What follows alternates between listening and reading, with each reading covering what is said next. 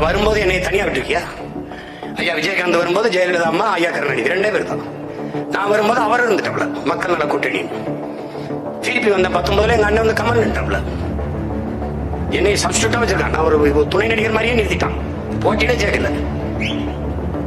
இப்ப 21 வந்தா எங்க அண்ணன் கமல் தலைமையில் ஒரு கூட்டணி, ஐயா டிடிவி தலைமையில் ஒரு கூட்டணி. நாலு கடையில நான் 5வது ஆளா சப்ஸ்டியூட்டா நிக்கிறேன். அங்கதாண்டா நம்ம 3வது பெரிய கட்சியா வந்தோம்.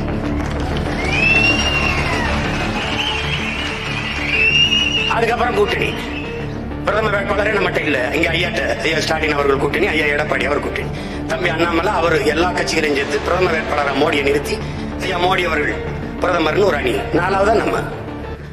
இந்தியாவுக்கு நமக்கு எந்த சம்பந்தம் இல்லை. இந்தியா வாழ்றதுல ஆட்டத்திலே நம்ம இல்ல, கிரவுண்டுகளே நம்ம இல்ல, திடல்ல இல்ல.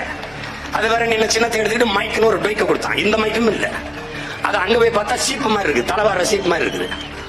முத பெட்டியில நம்ம சின்ன 3வது 4வது பெட்டியில் இருக்கு. அதுல தன்னாரமிக்க தமிழ் மக்கள் அதுல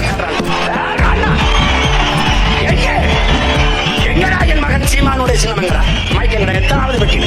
எத்தனாவது? 10 ரூபாய் போட்டு கொடுக்கலடா. வேட்பாளர் நிறுத்தின எவன் மூஞ்சி எவனுக்கும் தெரியாதா? நான் நிறுத்தின அந்த தெருவிலேயே 4 பேருக்கு தெரியுமா தெரியாதா? தேடி போட்டாண்டா 36,50,000 வாக்கு போட்டு. என்னென்ன இடையூறு? என் மைக்கு பக்கத்துல அந்த விவசாயி சின்னத்தை வைப்பான். அதை சீமானுக்கு போறோம்னு நினைச்சு போட்டான். அதுல 1 லட்சம் ஓட்டு போச்சு. இதையெல்லாம் தாண்டி வெல்வதற்கு பேர் தாண்டா புரட்சி.